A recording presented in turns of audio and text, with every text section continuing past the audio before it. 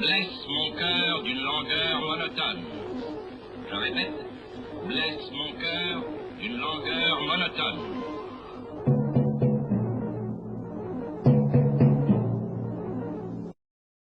Dutch Sense here. 2:15 a.m. Central Time on Friday, April 24th, 2015. And we're looking at Earthquake 3D here, which is a USGS feed of the most recent earthquakes.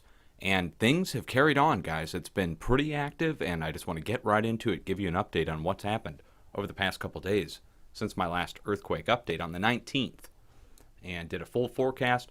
Several of the areas have been hit, including Taiwan, also down here in Peru, just north of Chile. Also, down in Chile, in southern Chile, a large volcanic eruption of Calbuco volcano. As you can see on the screen here, tremendous explosion. It hasn't erupted in over 40 years, and that's expected. Also, the earthquakes over in Taiwan were expected.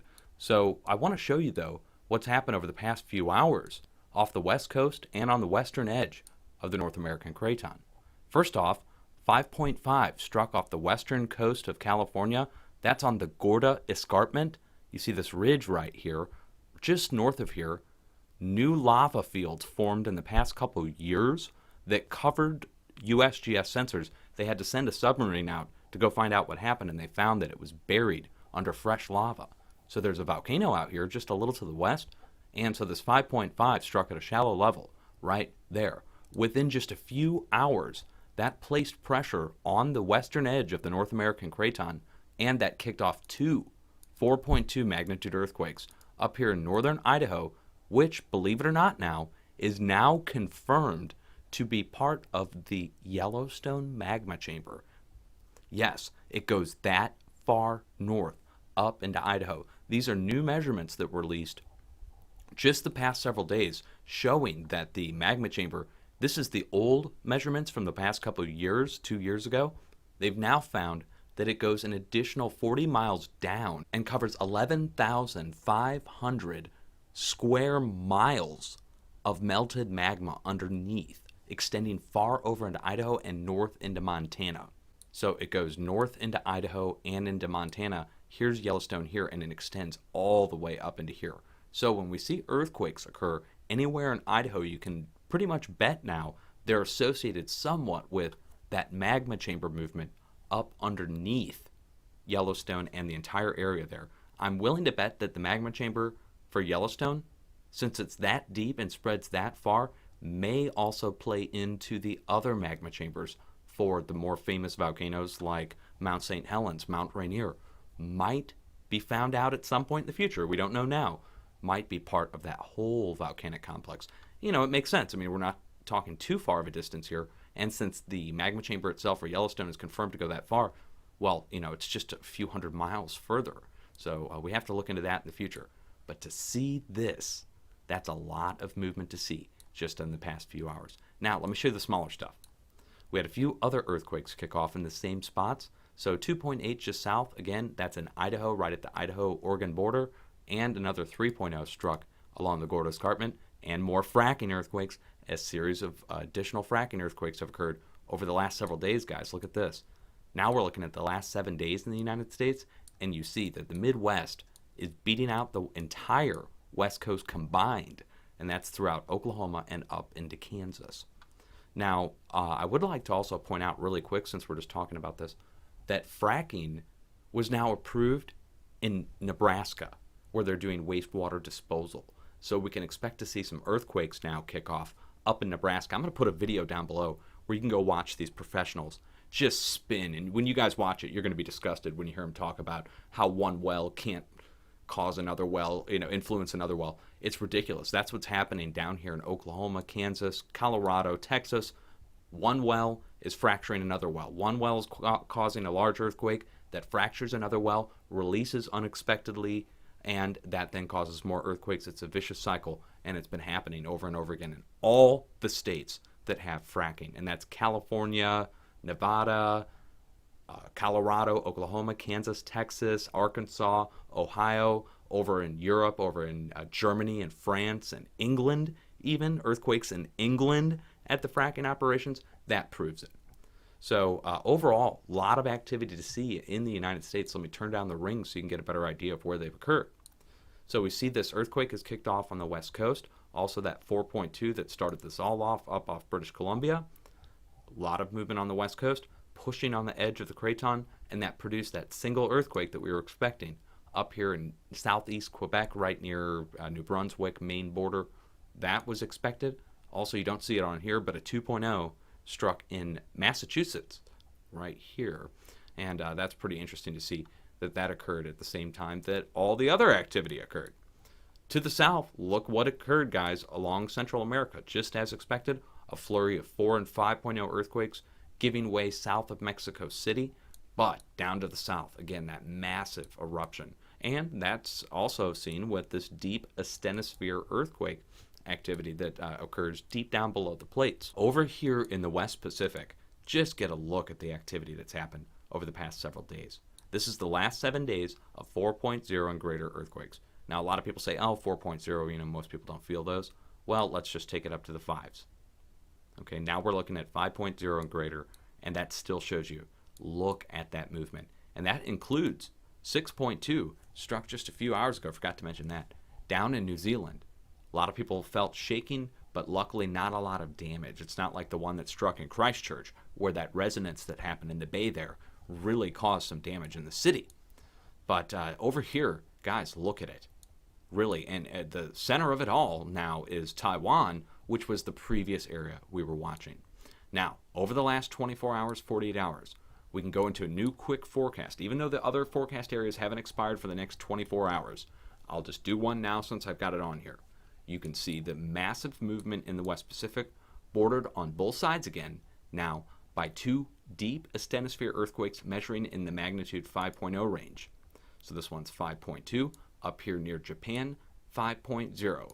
So 2 of those, that lets us know, again, the area in between the 2 deep asthenosphere earthquakes is going to show additional large earthquake movement in the near term, in the next several days. So over the next 7 days, this narrows it down tremendously.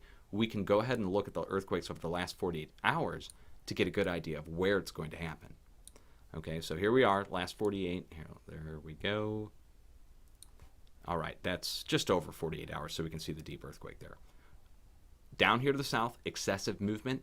Not much movement to the north, except for the 6.0s that happened in Taiwan 3.5 days ago. That lets us know to the north again. We need to watch somewhere more center north of this deep asthenosphere earthquake. Also, we need to watch somewhere in Russia, somewhere along the China-Russia border, somewhere northwest of this deep asthenosphere earthquake. And this is kind of hard to nail down since I don't quite know the plate tectonic structures of Russia, and I don't have time to look that up now. But you can make out the mountain ranges. That's kind of a giveaway as it is on any plate in the world. So we would probably want to watch central Russia, Siberia, for a possible large earthquake, and that's again based upon the deep asthenosphere movement. It could be north towards Kamchatka, but I'm leaning towards northwest since everywhere we see the deep earthquakes in the asthenosphere, north by northwest is where we see the follow-up shallower movement. That holds true down here to the south. Last week, we had a deep earthquake down here, and I said watch up here to the north, and you can see it here. 5.7 magnitude earthquake struck in Peru. Then the volcanic eruption down here in Chile. So that was a foreshadowing or a sign of a coming larger earthquake in the area was that deep movement. Also, speaking of a sign of deep movement, this is a controversial topic. People, scoff and laugh at it, whatever. But in the days leading up to this 5.5, there were a series of steam plumes that I would say erupted from the ground. And this happened in Salton Sea near Desert Hot Springs. Each one of these, a springs, a volcano, or a fracking oil well. What are the chances? You zoom in on each location where the plume is. There's a fracking oil well, a volcano, or a hot springs location. Directly. The town is named something springs. Desert Hot Springs. Coming out of the middle of the desert. From the valley, not from a mountaintop. From the center of Desert Hot Springs, just north of Salton Sea, active volcano. Going south all the way through Long Valley, Caldera. So all the areas showed this massive plume event, and then it's followed by a fairly large earthquake that struck off the west coast, right at another volcanic area. So, overall, guys, have an earthquake plan ready. Be prepared. Now that we're seeing movement along the northwest edge of the craton, we need to watch along the states that exist along the edge of the craton. And I've talked about this ad nauseum. They've now done studies to confirm that earthquakes are occurring hundreds of kilometers from plate boundaries. And in the study, the University of Colorado, just released yesterday, has confirmed that along the edge of the plate is areas where we need to watch, not normally earthquake prone. And it's kicked off by earthquakes on the west coast, which translate down the coast to other areas. Again, confirmed. These are new studies just released this past week. I'll put links down below to all this that I'm talking about so you guys can go research for yourself. They're talking about this at the most recent geologic conference that's ongoing right now over the past 2 days. And they're fully discussing how earthquakes translate down the west coast along the edge of the craton. And this is stuff that I've been telling my viewers now for several years. And some people coming over saying, oh, I'm a professor, you don't know what you're talking about. Well, now they're talking about what we were talking about 2 years ago, started 2 years ago. They're now doing a whole conference on yesterday and today. Okay, so that kind of lets you know where things are headed. That's good news, by the way. The message is getting out. Now, as I've been talking to you guys, right here, you see this green earthquake that just popped on. This is a new fresh earthquake that just occurred, and that occurred again off the northwest coast, Pacific Northwest, right along these volcanic ridges. To show that to you here, let me just open up Google Earth. Okay, so here's California, and here's our 5.5 magnitude location. And here's the Gorda Escarpment that I'm talking about. And right north, the Escanaba segment. And then further north, we've got the North Gorda Ridge. And right here is the Oregon border. This is California here to the south. Oregon to the north. Here's Eugene. Let's go back over to Earthquake 3D and see where the earthquake occurred.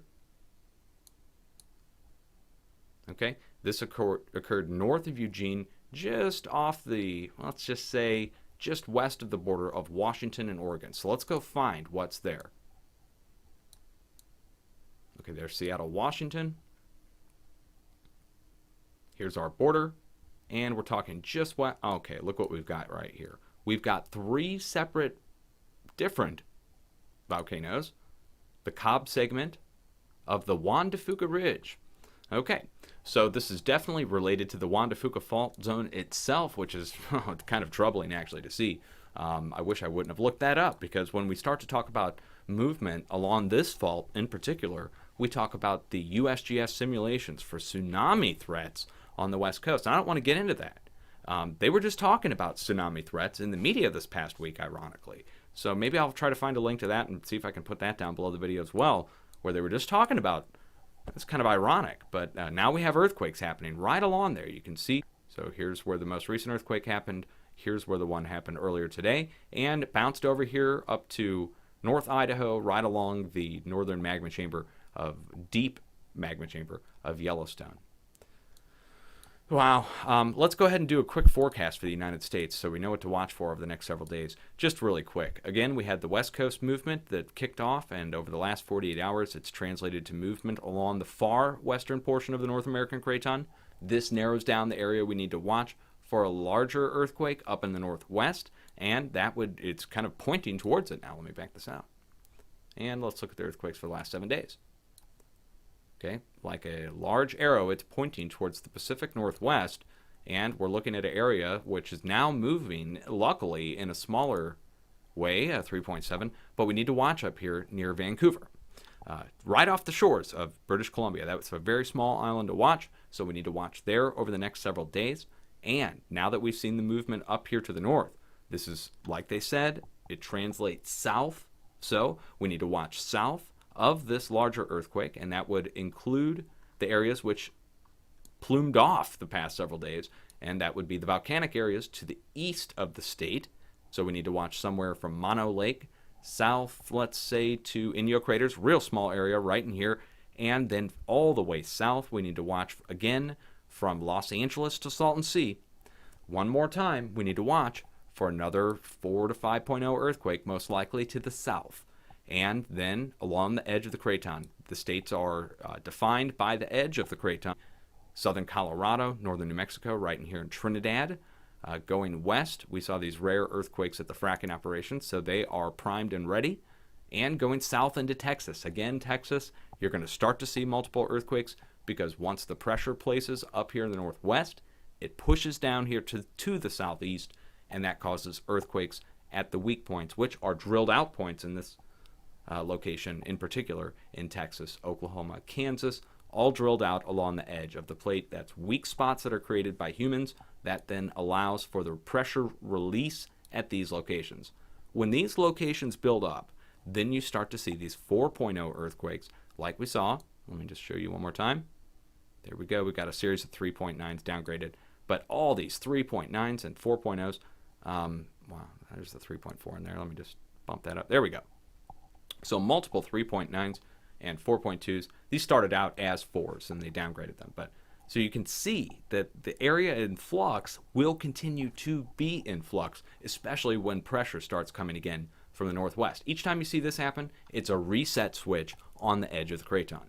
And the bigger this is here to the west, the more it is to the east. It's just simple logic, simple physics involved here about pressure being transferred across large distances across the edge of the plate, which is not normally displaced. And it's coming from the opposite direction than normally expected. We would normally be told that subduction might take care of this pressure, but it's coming from the northwest, so it's not subducting. It's actually being placed upon these fault zones where they're strike-slip fault zones where pressure builds and then releases. And when it builds and releases up here, like a pinball machine, you would be pulling the spring back and letting it go, and it pushes this way, it pushes the ball this way. And you can imagine over time that would cause weak points.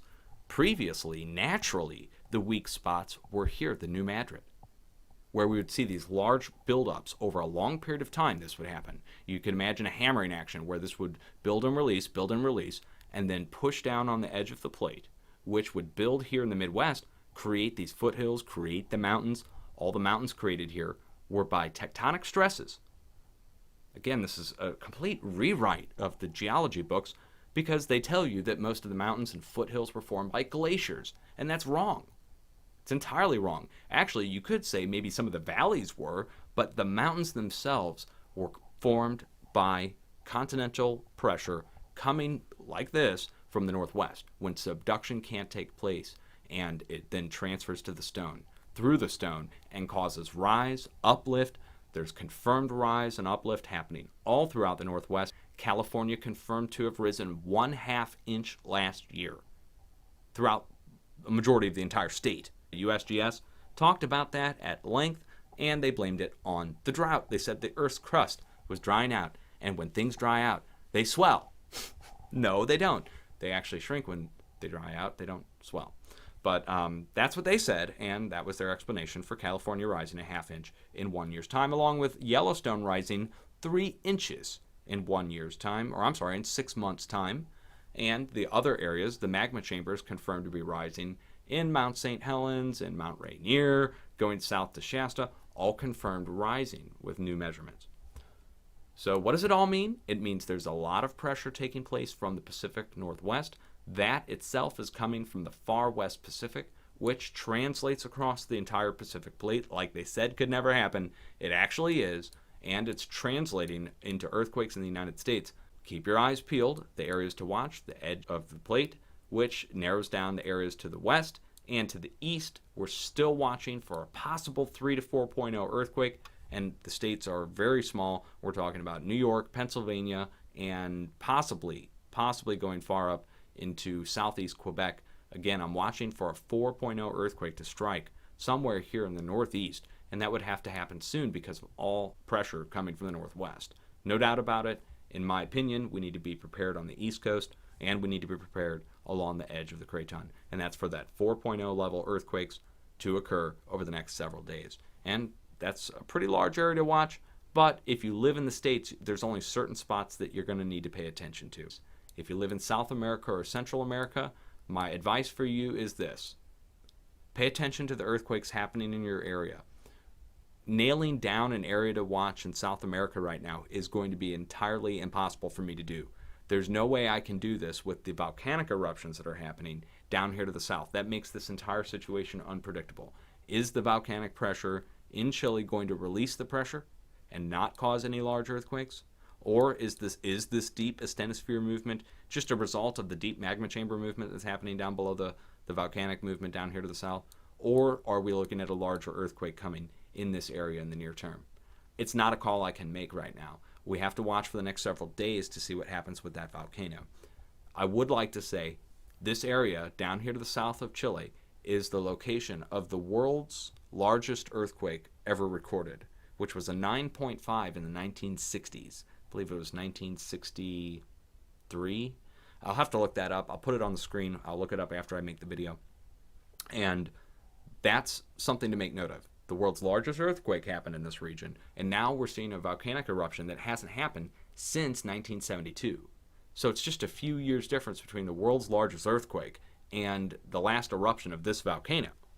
That's a connection I've got to make personally, but can it lead to a forecast for this area? Not yet. We have to wait and see. Is there going to be follow-up movement? Keep your eyes peeled, have an earthquake plan ready, and be prepared down here to the south, just in case. But I'm watching to the north. Those are the areas that I'm concerned about right now. Far West Pacific, again, nailed it down. 2 areas to watch in between Japan and far south Fiji. And luckily, that's the area right in between, so we can turn these rings down, take a quick look. The area in between, again, goes from Guam to South Japan to Taiwan. It's a little triangle right here. Actually, it's not very little, but this triangle right here is the area we need to watch for a large earthquake to strike in the next 7 days. That, to me, makes sense because of the deep asthenosphere earthquakes are in that 5.0 range. And when we see 4.0 deep asthenosphere earthquakes, that causes 6.0 activity, usually. So when we see 5.0, that goes up a whole nother level. We start to see 7.0 activity. And then that narrows down the area to watch because the 7.0 activity that should strike in the area in between and the silent area that hasn't seen any earthquakes in the past few days. I hope this makes logical sense to you guys, how I'm determining where the earthquake's going to strike. In between the 2 areas, silent area, and in the silent area, the area which hasn't moved in a fairly long time. We just saw it move here. This kind of makes it north by southeast, somewhere out here in this region here, we should see some kind of movement. Hope I'm wrong. Hope nothing happens. Hope we come off scot-free, things quiet down. And things really do need to quiet down. Let me just tell you that, guys, because it's starting to look like 2011 all over again. I don't want to get too dramatic, but that's what it's looking like. That's why I'm taking the time to make this long-ass video explaining each area. And speaking of explaining each area, let's get into Europe really quick. Let's go ahead and turn on the EMSC. And one more second here. Make sure this is real time for you guys. I'm not going to cut this out.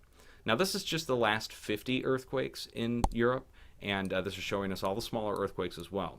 So the movement that we were expecting to see here in the English Channel didn't occur. It occurred just south in France.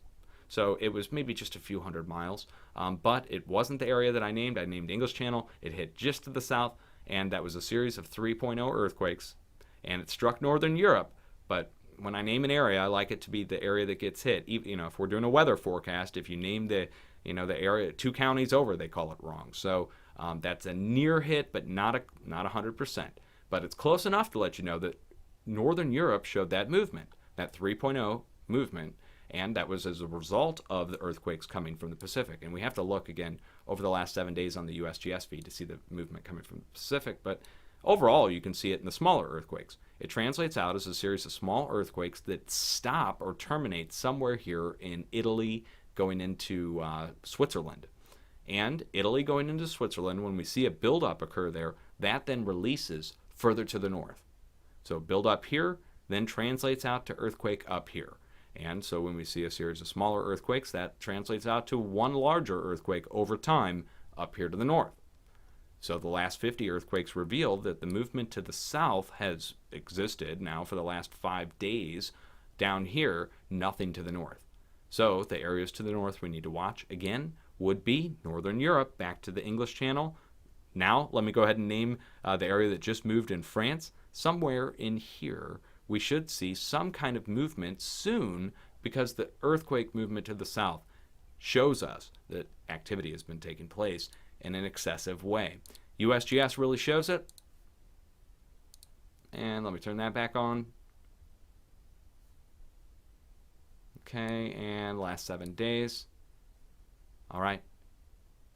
So everywhere around the area has moved. And this was that one fracking quake I reported on last week in Poland. That's almost 7 days ago. It really is almost 7 days ago. Just under 7 days. Okay, there we go. So down to the south, a lot of movement. Nothing to the north. Watch to the north. Makes sense? Okay. And then along the edge of the Mid-Atlantic Ridge. You know, we're back to this, guys. Mid-Atlantic Ridge showing movement going right up towards Iceland. And that was Bartabunga. Bartabunga exists right along the edge where literally where the edge of the Atlantic splits. Goes right up here through the island. Right along that edge. So when we see earthquake movement go all the way from the equator north to almost to the North Pole, that lets us know that there's going to be some kind of new volcanic development, most likely, happening somewhere in Iceland. You might hear about some rumblings happening at Bartabunga. With this activity happening globally, I wouldn't be surprised to see some new volcanic activity kick up here to the north. Maybe as far north as Svalbard. Now, they say there's not many volcanic eruptions happening up there, but we might see one, maybe an undersea. So overall, guys, much love. Sorry I lingered on so long, but I like to explain myself and my reasoning behind how I'm coming to these earthquake forecasts. I think it's scientifically repeatable. I think other people can follow the method, which is watch for deep earthquakes, watch for the silent areas, watch the areas in between, and look for the movement to occur within a certain amount of time, and you'll see it. And then you can start determining where the earthquakes are going to occur based upon where the other earthquakes are already happening. And unless some kind of outside force is introduced, like a solar flare or some kind of incoming CME or maybe even some kind of man-made system, when we see outside sources influence the magnetic fields of the Earth, that would then translate to a influence of the interior core of the Earth. And that then causes earthquakes. We see it happen when solar flares happen, when coronal holes face Earth. This is something somebody else on YouTube found out, which is phenomenal. That when a coronal hole faces Earth, the solar wind picks up. We see a solar storm. Everybody knows about that. But that causes a particle interaction, which is taken to magnetic ground into Earth. And that causes earthquakes. And we're able to determine where those earthquakes are occurring based upon the other earthquakes that are already happening. So you can imagine there's an area primed, ready to go. An incoming solar coronal hole, solar flare sometimes when they inject large amounts of particles, or a large filament burst or CME when it's coming towards Earth. When those particles hit Earth, however long it takes, the weak spots, the spots that are primed, are the areas that go. And we can, like I said this multiple times in this forecast, you can narrow it down by looking at the areas that are already moving and the depth of the earthquakes in adjacent areas to those areas. It's pretty simple. Once you start to understand that's the way it's done, then there's no magic involved. There's no forecasting involved even. It's just a matter of noticing where they're happening and watching where it happens next, making note, and making note of the pattern. Look, these earthquakes that happened here, just east of Papua New Guinea, that's 6.3 and a flurry of earthquakes, or when back-to-back 6.0 magnitude earthquakes struck Taiwan. When I named out Taiwan last week, and I said, look, deepest hemisphere earthquake here, and that means we need to watch from Guam to Taiwan. Okay, named them out directly. Taiwan got hit. Why did it get hit? It was the area in between the two deepest hemisphere earthquakes, and it was already primed and ready to go, hadn't seen movement in a while. Every other area had moved. The area's moving down below. That means the area that hasn't moved, that's up above, is most likely to move in a near amount of time. And the near amount of time is usually 5 to 7 days. Luckily, it's not like some weird amount of time, like 20 days or something. We're talking about within a week, we normally see movement happen above those areas adjacent. So, much love, guys. Be safe.